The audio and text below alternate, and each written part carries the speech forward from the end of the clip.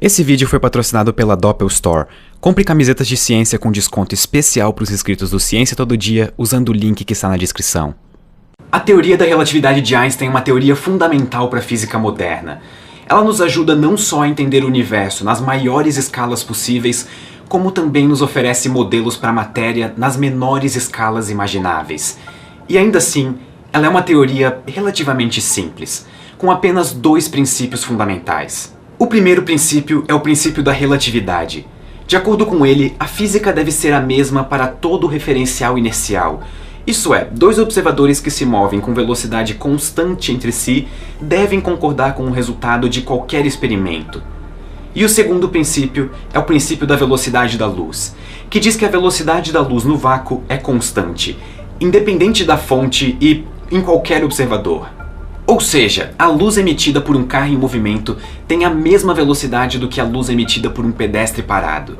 E tem mais, essa velocidade é sempre a mesma, não importa quem mediu ela ou a velocidade de quem está medindo ela. Não importa se o universo está acabando, se você está na borda de um buraco negro ou perto de uma estrela que está virando uma supernova. A velocidade da luz no vácuo é constante e sempre é a mesma. 299.792.458 metros por segundo. Mas a velocidade da luz ser absoluta e constante tem algumas implicações. A velocidade é a distância dividida pelo tempo. Então, para a velocidade da luz permanecer constante e absoluta para todos os observadores, isso significa que alguma outra quantidade física tem que variar. E duas dessas quantidades são o tempo e o espaço. Enquanto a velocidade da luz permanece sempre constante no vácuo, o tempo e o espaço podem mudar de forma, se contraindo ou se dilatando. Na prática, isso significa que se você estiver parado e alguém estiver se movendo com alguma velocidade relativa a você, e vocês dois fizerem medidas de tempo e espaço, essas medidas serão diferentes por causa dessa diferença de velocidade. Vocês não vão concordar sobre qual distância foi percorrida e muito menos sobre quanto tempo se passou. Só que apesar de ser simples, a relatividade não é nada intuitiva. Vários paradoxos deixam o que parecem ser contradições na teoria bastante evidentes. Mas esses paradoxos sempre se mostram como paradoxos aparentes. Havia uma solução para eles, eles não eram paradoxos de verdade, eles eram questões nada intuitivas. Só que, uma vez resolvidas, serviam para nos mostrar exatamente a força da teoria da relatividade. Uma das previsões mais clássicas e estranhas da teoria da relatividade é a dilatação do tempo. Nela, relógios se movendo marcam o tempo mais devagar do que um relógio parado. A percepção do tempo é relativa e depende do observador. Isso é, suponha que você esteja observando dois cronômetros, um que está com você e outro dentro de uma nave que está se movendo a 86,6% da velocidade da luz relativo a você. Assim, quando o seu cronômetro estiver marcando 1 minuto, você observa o cronômetro da nave e ele está marcando apenas 30 segundos. A 86,6% da velocidade da luz, o tempo parece passar 2 vezes mais devagar dentro da nave. Esse resultado da relatividade pode parecer absurdo, mas você carrega uma prova experimental deles na sua mão todos os dias. Pegue o seu celular e abra o Google Maps ou qualquer outro aplicativo de mapas. Provavelmente existe um botão para você centralizar a sua localização. E isso só é possível porque existem diversos satélites de GPS voando sobre você nesse exato momento que são corrigidos de acordo com a teoria da relatividade. Esses satélites de GPS precisam sofrer correções por causa do campo gravitacional na altura em que eles estão e por causa das altas velocidades com que eles orbitam a Terra. E como o GPS funciona, isso significa que esse aspecto da teoria da relatividade também está correto. Apesar disso, a ideia da dilatação temporal recebeu a sua parcela de críticas, e de fato nós precisamos esclarecer algumas coisas para entender bem como a relatividade funciona. E nada melhor para fazer isso do que utilizar um dos problemas mais famosos da teoria, o paradoxo dos gêmeos. O paradoxo funciona assim. Considere dois irmãos gêmeos, André e Bruno. Como eles são gêmeos, os dois têm a mesma idade, 20 anos. Bruno então é selecionado para uma missão espacial. Ele vai embarcar em um foguete que se move com 86,6% da velocidade da luz. O cronograma da viagem é o seguinte: a missão tem uma duração total de 20 anos. Os primeiros 10 anos são a ida até o destino final, digamos que seja um planeta, e os últimos 10 anos são a volta até a Terra. 10 anos de ida, 10 anos de volta. André entende um pouco de relatividade e sabe que a percepção de tempo dele e do irmão vão ser diferentes. Ele gostaria de saber quantos anos vão se passar no planeta Terra até que o seu irmão retorne de sua viagem. Como a nave está indo a 86,6% da velocidade da luz, os efeitos relativísticos de dilatação temporal serão bem pronunciados. Sem nenhuma dúvida, Bruno, que está viajando na nave, irá experienciar o tempo de uma maneira diferente do seu irmão que ficou na Terra. Levando em conta o efeito da dilatação temporal, o Bruno, que está viajando a 86,6% da velocidade da luz, deveria experienciar o tempo 2 vezes mais devagar do que o normal. Então, durante os 20 anos da viagem do Bruno na nave, vão se passar 40 anos na Terra. Então, André espera ter 60 anos quando rever o seu irmão, que deve chegar na Terra com apenas 40 anos de idade. Mas espera, a física precisa ser a mesma para todo o referencial inercial. Então, ao invés de olharmos o referencial do André, que está na Terra, vamos olhar para o referencial do Bruno, que é quem está viajando próximo da velocidade da luz. Bruno, dentro da nave, parece que não está se movendo.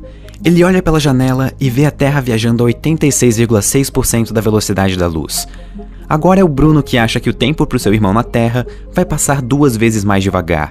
De forma similar ao raciocínio que fizemos com o André antes, Bruno espera que durante os seus 20 anos viajando no espaço, vão se passar apenas 10 anos na Terra, porque no referencial dele é a Terra que se move enquanto ele fica parado. Então Bruno espera retornar de viagem com 40 anos e ver o seu irmão com apenas 30. E aí temos o paradoxo. Qual dos dois irmãos está certo? Para André, ele deve ter 60 anos quando seu irmão retornar. Só que para o Bruno, o André deveria ter 30 anos quando ele retornar. Os dois não podem estar certos ao mesmo tempo. Algo tem que estar errado.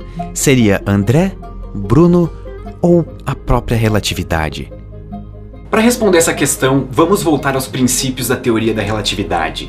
Nós temos 2 deles que eu citei no começo do vídeo, o princípio da relatividade e o princípio da velocidade da luz. No paradoxo dos gêmeos, nós não temos nenhuma violação do princípio da velocidade da luz.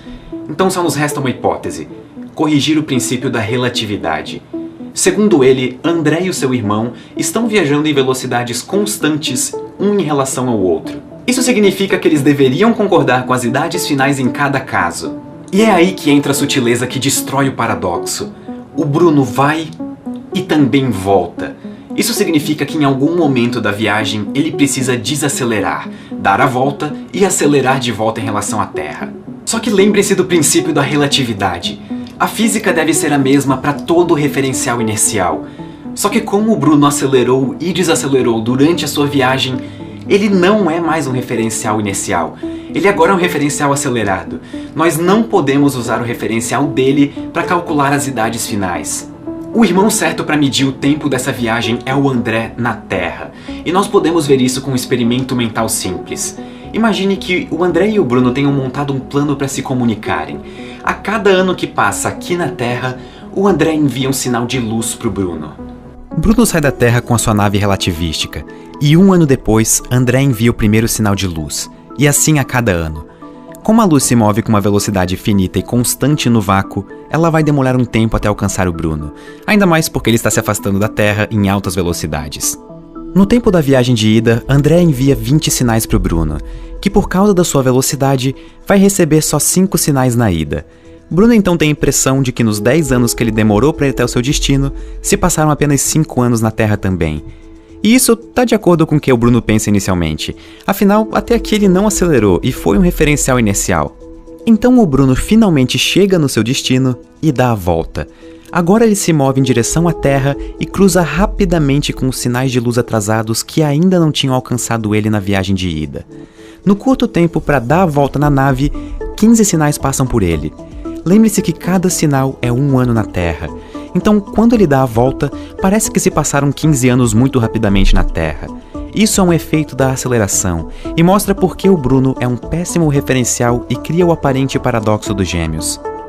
O ponto que resolve o paradoxo é que pelo Bruno ter acelerado e desacelerado na viagem, isso cria uma confusão relativística para ele. De fato, referenciais acelerados não concordam com os outros observadores. Mas apesar de toda essa complicação, simplesmente usando os 2 princípios fundamentais da relatividade, nós conseguimos resolver o paradoxo dos gêmeos. Apenas 2 princípios, raciocínio e uma boa dose de paciência nos permitem resolver problemas extremamente interessantes e importantes da teoria da relatividade. Eu acho que é por isso que até hoje essa teoria é considerada uma das mais bonitas da história da física. Muito obrigado e até a próxima. Queria agradecer a Doppel Store, que é a loja que faz essas camisetas que eu estou usando, por ter patrocinado esse vídeo e também ter feito uma promoção exclusiva nas camisetas para os inscritos do canal. Durante todo o mês de fevereiro, a loja está com uma promoção em que você compra 2 camisetas e leva uma terceira de graça. É só você clicar no link que está na descrição desse vídeo, colocar 3 produtos no seu carrinho e o desconto aparece automaticamente como se fosse mágica, o que é bastante legal. Então não percam, porque as camisetas são lindas. Vejo vocês na semana que vem.